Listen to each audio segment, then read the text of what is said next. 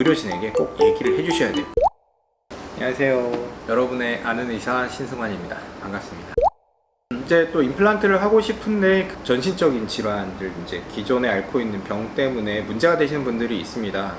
흔히들 이제 제일 많은 것들이 이제 당뇨가 있으시고, 그다음에 골다공증 약을 드시는 분들도 있으시고, 그다음에 뇌경색이나 뇌출혈로 인해서 항응고제 같은 약을 복용하시는 분들이 있으시고, 혹은 신장 질환, 간 질환, 이런 질환들을 갖고 오시는 분들이 있어요. 그 경우들에 대해서 다 한 가지로 다 된다 안 된다라고 말씀을 드릴 수는 없겠죠. 그 병의 경중이 중요합니다. 심하게 아프신 분들은 일단 치료를 미루시는 게 좋겠고, 그냥 유지가 잘 되시는 분들이라면 병이 있어도 치료를 하실 수 있는 경우들이 있고요.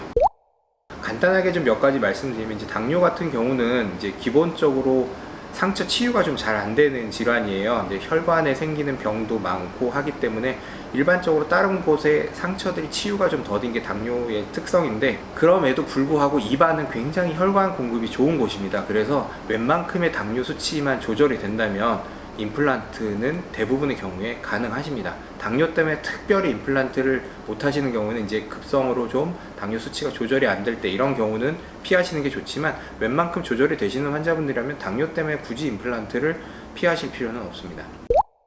두 번째로, 이제 골다공증 같은 경우에는 골다공증 자체도 뼈가 약해서 임플란트 하셨을 때 단단하게 안 굳는 그런 가능성이 있죠. 하지만 이제 최근에 몇 년 전부터 새로 나온 그 부분이 있는데요. 골다공증 약을 드시는 분들이 이 임플란트나 혹은 발치를 하고 나서 내부에 뼈가 잘 안 남는 작은 골수염처럼 생기는 경우들이 상당히 보고가 돼 있어요. 그래서 환자분들이 이제 잘못 생각하시는 경우가, 내가 골다공증 때문에 약을 먹으니까 내 뼈가 튼튼해질 거야, 내가 튼튼한데 임플란트 하면 더 좋겠지라고 오해를 하시고 병이라고 생각을 안 하시는 경우들이 있어요. 골다공증 약은 드시면 임플란트 하셨을 때 실패할 가능성이 상당히 높이는 약입니다.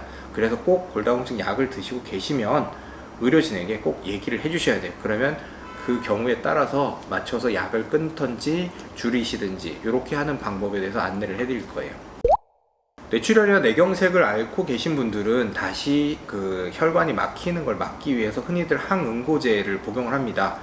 여러 가지 약들이 있는데, 유명한 약은 이제 와파린이라는 약이나 혹은 아스피린 같은 약이 있고요. 이제 아스피린 같은 경우에는 꼭 뇌출혈이나 뇌경색을 앓지 않으시더라도 좀 연세가 있으신 분들에게 심혈관 질환을 예방하기 위해서 내과들에서 한동안 처방을 굉장히 좀 많이 해줬어요. 근데 환자분들이 이걸 약이라고 생각을 안 하시고 드시다 보니까 치과 와서 모르고 발치를 하고 혹은 수술을 하고 그렇게 했는데 피가 안 멎는 경우들이 생깁니다. 항응고제잖아요. 항응고제, 피가 안 먹게 하는 약이에요. 그래서 이런 경우에는 일주일 정도 항응고제를 끊어야 임플란트 수술이나 이런 걸 할 수 있습니다. 그래서 뇌경색이나 뇌출혈이 있으셨던 분들이 그 질환 자체가 임플란트를 하는데 방해가 되고 못하는 게 아니라, 그 질환 때문에 항응고제를 드시는 것 때문에 수술을 조절을 하셔서 하셔야 돼요. 이 약을 끊으실 수 있으신 분들은 수술이 가능하시고요. 요 약을 끊는 게 어려우신 분들은 수술을 좀 미루시는 게 좋고요. 요 판단은 이제 치과 의사분과 와서 상담을 하시고, 그 뇌출혈, 뇌경색에 관련된 부분은 다니시는 내과 선생님과 한번 치료 의뢰서를 통해서 상의를 하신 후에 수술을 진행하는 게 좋습니다. 또한 이제 신장질환이나 간질환을 앓고 계시는 분들은 저희가 이제 수술을 하거나 이렇게 했을 때 항생제, 소염제, 진통제 이런 약들을 먹어요. 약 성분에 따라서 신장에 무리를 주는 약도 있고 간에 무리를 주는 약도 있어요. 약 종류가 좀 여러 가지가 있거든요. 그래서 본인이 신장질환이나 간질환이 있거나 하시면 꼭 이제 치과에 오셔서 의료진한테 얘기를 해주세요. 그러면 좀 피할 수 있는 약으로 대체 처방을 해드리면 좀 더 안전하게 치료를 받으실 수 있습니다.